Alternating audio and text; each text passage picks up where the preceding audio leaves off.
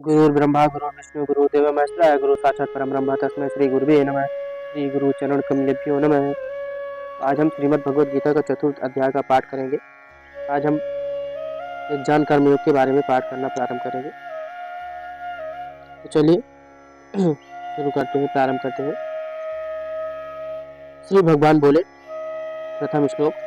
श्री भगवान बोले, मैंने इस अविनाशी योग को सूर्य से कहा था। सूर्य ने अपने पुत्र वैवस्वत मनु से कहा और मनु ने अपने पुत्र राजा इक्ष्वाकु से कहा। हे परंतप अर्जुन, इस प्रकार परंपरा से प्राप्त इस योग को राजर्षियों ने जाना, किंतु उसके बाद वह योग बहुत काल से इस पृथ्वी में लुप्त हो गया। श्लोक नंबर 3। तू मेरा भक्त और प्रिय सखा है, इसलिए वही यह पुरातन योग आज मैं तुझको कहा है, क्योंकि यह बड़ा ही उत्तम रहस्य और अर्थात गुप्त रखने योग्य विषय है। श्लोक नंबर 4। अर्जुन बोले, आपका जन्म तो अर्वाचीन अभी हाल का है और सूर्य का जन्म बहुत पुराना है, अर्थात कल्प के आदि में हो चुका था। तब मैं इस बात को कैसे समझूं कि आप ही ने कल्प के आदि में सूर्य से यह योग कहा था। श्री भगवान उवाच। श्लोक नंबर 5। श्री भगवान बोले, हे परंतप अर्जुन, मेरे और तेरे बहुत से जन्म हो चुके हैं, इन सबको तू नहीं जानता, किंतु मैं जानता हूँ। श्लोक नंबर 6। मैं अजन्मा और अविनाशी स्वरूप होते हुए भी तथा समस्त प्राणियों का ईश्वर होते हुए भी अपनी प्रकृति को अधीन करके अपने योग माया से प्रकट होता हूँ। श्लोक नंबर 7। हे भारत, जब जब धर्म की हानि और अधर्म की वृद्धि होती है, तब तब कि मैं अपने स्वरूप को रचता हूँ, अर्थात साकार रूप से लोगों के सम्मुख प्रकट होता हूँ। श्लोक नंबर 8। साधु पुरुषों का उद्धार करने के लिए, पाप कर्म करने वालों का विनाश करने के लिए और धर्म की अच्छी तरह से स्थापना करने के लिए मैं युग युग में प्रकट हुआ करता हूँ। श्लोक नंबर 2। हे अर्जुन, मेरे जन्म और कर्म दिव्य अर्थात निर्मल और अलौकिक है। इस प्रकार जो मनुष्य तत्व से जान लेता है, तत्व से जान लेते हैं, वह शरीर को त्याग कर फिर जन्म को प्राप्त नहीं होता, किंतु मुझे ही प्राप्त होता है। पहले भी जिनके राग भय और क्रोध सर्वदा नष्ट हो गए थे और जो मुझ में अनन्य प्रेम पूर्वक स्थिर रहते थे, ऐसे मेरे आश्रित रहने वाले बहुत से भक्त उपयुक्त ज्ञान रूप तप से पवित्र होकर मेरे स्वरूप को प्राप्त हो चुके हैं। श्लोक नंबर 11। हे अर्जुन, जो भक्त मुझे जिस प्रकार भजते हैं, मैं भी उनको उसी प्रकार भजता हूँ, क्योंकि सभी मनुष्य सब प्रकार से मेरे ही मार्ग का अनुसरण करते हैं। श्लोक नंबर 12। इस मनुष्य लोक में कर्मों के फलों को चाहने वाले लोग देवताओं का पूजन किया करते हैं, क्योंकि उनको कर्मों से उत्पन्न होने वाली सिद्धि शीघ्र मिल जाती है। श्लोक नंबर 13। ब्राह्मण क्षत्रिय वैश्य और शूद्र, इन चार वर्णों का समूह गुण और कर्मों के विभाग पूर्वक मेरे द्वारा रचा गया है। इस प्रकार उस सृष्टि रचनादि कर्म का कर्ता होने पर भी मुझ अविनाशी परमेश्वर को तू वास्तव में अकर्ता ही जान। श्लोक नंबर 14। कर्मों के फल में मेरी स्पृहा नहीं है, कि इसलिए मुझे कर्म लिप्त नहीं करते। इस प्रकार जो मुझे तत्व से जान लेता है, वह भी कर्मों से नहीं बनता। श्लोक नंबर 15। पूर्व काल में मुमुक्षुओं ने भी इस प्रकार जानकर ही कर्म किए, इसलिए तू भी पूर्वजों द्वारा सदा से किए जाने वाले कर्मों को ही कर। श्लोक नंबर 16। कर्म क्या है और अकर्म क्या है, इस प्रकार इसका निर्णय करने में बुद्धिमान पुरुष भी मोहित हो जाते हैं। इसलिए वह कर्म तत्व मैं तुझे भली भांति समझा कर कहूँगा, जिससे जानकर तू अशुभ से अर्थात कर्म बंधन से मुक्त हो जाएगा। कर्म का स्वरूप भी जानना चाहिए और अकर्म का स्वरूप भी जानना चाहिए तथा विकर्म स्वरूप भी जानना चाहिए, क्योंकि कर्म की गति गहन है। श्लोक नंबर 18। जो मनुष्य कर्म में अकर्म देखता है और जो अकर्म में कर्म देखता है, वह मनुष्य में बुद्धिमान है और वह योगी समस्त कर्मों को करने वाला है। श्लोक नंबर 19। जिसके संपूर्ण शास्त्र सम्मत कर्म बिना कामना और संकल्प के होते हैं तथा जिसके समस्त कर्म यज्ञान रूप अग्नि के द्वारा भस्म हो जाते हैं, उस महापुरुष को यज्ञानी जन भी पंडित कहते हैं। श्लोक नंबर 20। जो पुरुष समस्त कर्मों में और उनके फलों में आसक्ति सर्वदा त्याग करके संसार के आश्रय से रहित हो जाता है और परमात्मा में नित्य तृप्त है, वह कर्मों में भली भांति वर्तता हुआ भी वास्तव में कुछ भी नहीं करता। श्लोक नंबर 21। जिसका अंतःकरण और इंद्रियों के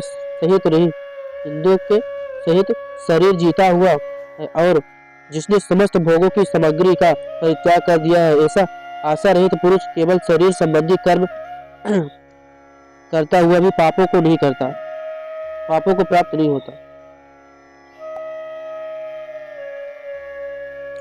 श्लोक नंबर 22। जो बिना इच्छा के अपने आप प्राप्त हुआ पदार्थों में सदा संतुष्ट रहता है, जिसमें ईर्ष्या का सर्वदा अभाव हो जाता है और जो हर्ष शोक आदि द्वंद्वों से सर्वदा अतीत हो जाता है, ऐसा सिद्धि और असिद्धि में सम रखने वाला कर्मयोगी कर्म करता हुआ भी उससे नहीं बंधता। श्लोक नंबर 23। जिसकी आसक्ति सर्वदा नष्ट हो जाती है, जो देहाभिमान और ममता से रहित हो गया है, जिसका चित्त निरंतर परमात्मा के ज्ञान में स्थित रहता है, ऐसा केवल यज्ञ संपादन के लिए कर्म करने वाले मनुष्य के संपूर्ण कर्म भली भांति विलीन हो जाते हैं। जिस यज्ञ में अर्पण अर्थात स्तुवा आदि भी ब्रह्म और हवन किए जाने योग्य द्रव्य भी ब्रह्म तथा ब्रह्म रूप कर्ता के द्वारा ब्रह्म रूप अग्नि में आहुति देना रूप क्रिया भी ब्रह्म है। उस ब्रह्म कर्म में स्थित रहने वाले योगी द्वारा प्राप्त किए जाने वाले फल भी ब्रह्म ही है। श्लोक नंबर 25। दूसरे योगी जन देवताओं के पूजन रूप यज्ञ की भली भांति अनुष्ठान किया करते हैं और अन्य योगी जन परम ब्रह्म परमात्मा रूप अग्नि में अभेद दर्शन रूप यज्ञ के द्वारा ही परमात्मा रूप यज्ञ का हवन किया करते हैं। अन्य योगी जन स्त्रोत्र आदि समस्त इंद्रियों को संयम रूप अग्नियों में हवन किया करते हैं और दूसरे योगी लोग शब्दादि समस्त विषयों को इंद्रिय रूप अग्नियों में हवन किया करते हैं। श्लोक नंबर 27। दूसरे योगी जन इंद्रियों की संपूर्ण क्रियाओं को और प्राणियों की समस्त क्रियाओं को ज्ञान से प्रकाशित आत्म संयोग रूप अग्नि में हवन किया करते हैं।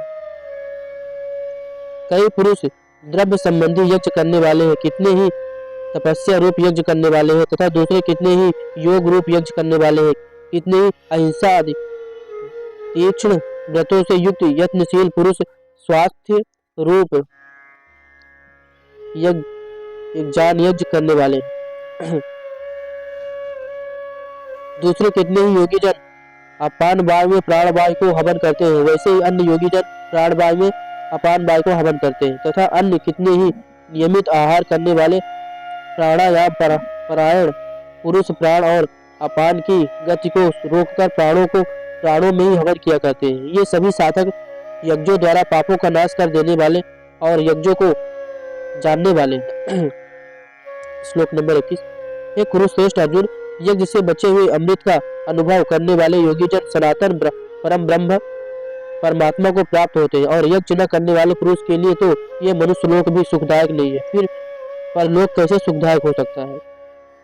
इसी प्रकार और भी बहुत तरह के यज्ञ वेद की वाणी में विस्तार से कहे गए हैं। उन सबको तो मन इंद्रिय और शरीर की क्रिया द्वारा उत्पन्न होने वाले जान। इस प्रकार तत्व से जानकर उनके अनुष्ठान द्वारा तू कर्म बंधन से सर्वदा मुक्त हो जाएगा। ये परंतप अर्जुन, द्रव्यमय यज्ञ की अपेक्षा एक ज्ञान यज्ञ अत्यंत श्रेष्ठ और तथा यावन मात्र संपूर्ण कर्म यज्ञ एक ज्ञान में समाप्त हो जाते हैं। श्लोक नंबर 34। उस ज्ञान को तू तत्वदर्शी ज्ञानियों के पास जाकर समझ, उनको भली भांति दंडवत प्रणाम करने से, उनकी सेवा करने से और कपट छोड़कर सरलता पूर्वक प्रश्न करने से वे परमात्म तत्व को भली भांति जानने वाले एक ज्ञानी महात्मा तुझे उस तत्व ज्ञान का उपदेश करेंगे, जिसको जानकर फिर तू इस प्रकार मोह को नहीं प्राप्त होगा। तथा हे अर्जुन, जिस एक ज्ञान के द्वारा तो संपूर्ण भूतों को निःशेष भाव से पहले अपने में और पीछे मुझ सच्चिदानंद परमात्मा में देखेगा।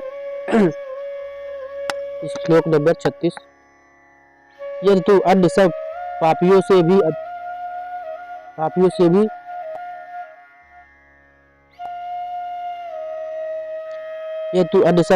भी अधिक पाप करने वाला है, तो भी तू एक ज्ञान रूप नौका द्वारा निसंदेह संपूर्ण पाप समुद्र से भली भांति तर जाएगा। क्योंकि हे अर्जुन, जैसे प्रज्वलित अग्नि ईंधन को भस्ममय कर देता है, वैसे ही एक ज्ञान रूप अग्नि संपूर्ण कर्मों को भस्म कर देता है। श्लोक नंबर 38। इस संसार में ज्ञान के समान पवित्र करने वाला निसंदेह कुछ भी नहीं है। उस ज्ञान को कितने ही काल से कर्म योग के द्वारा शुद्धांत करण हुआ मनुष्य अपने आप ही आत्मा में पा लेता है। श्लोक नंबर 39। जितेंद्रिय साधन परायण और श्रद्धावान मनुष्य एक ज्ञान को प्राप्त होता है तथा एक ज्ञान को प्राप्त होकर वह बिना विलंब के तत्काल ही भगवत प्राप्ति रूप परम शक्ति को प्राप्त हो जाता है। श्लोक नंबर 40। विवेकहीन और श्रद्धा रहित संशय युक्त मनुष्य परमार्थ से अवश्य भ्रष्ट हो जाता है। ऐसे संशय युक्त मनुष्य के लिए न यह लोक है, न परलोक है और न सुख कहीं है। श्लोक नंबर 43। हे धनंजय, जिसने कर्म योग की विधि से समस्त कर्मों का परमात्मा में अर्पण कर दिया है, और जिसने विवेक द्वारा समस्त संयोग का नाश कर दिया है, ऐसे बस में किए हुए अंतःकरण वाले पुरुष को कर्म नहीं बांधते। श्लोक नंबर 42। इसलिए हे भरतवंशी अर्जुन, तू हृदय में स्थित इस एक ज्ञान जनित अपने संशय का विवेक एक ज्ञान रूप तलवार द्वारा छेदन करके परमात्मा रूप कर्म योग में स्थित हो जा और युद्ध के लिए खड़ा हो जा। आज हमने श्रीमद् भगवद गीता का चतुर्थ अध्याय एक ज्ञान कर्म योग संन्यास योग के बारे में जाना, और कल हम पंचम अध्याय का पाठ करेंगे। तब तक के लिए जय श्री राधे।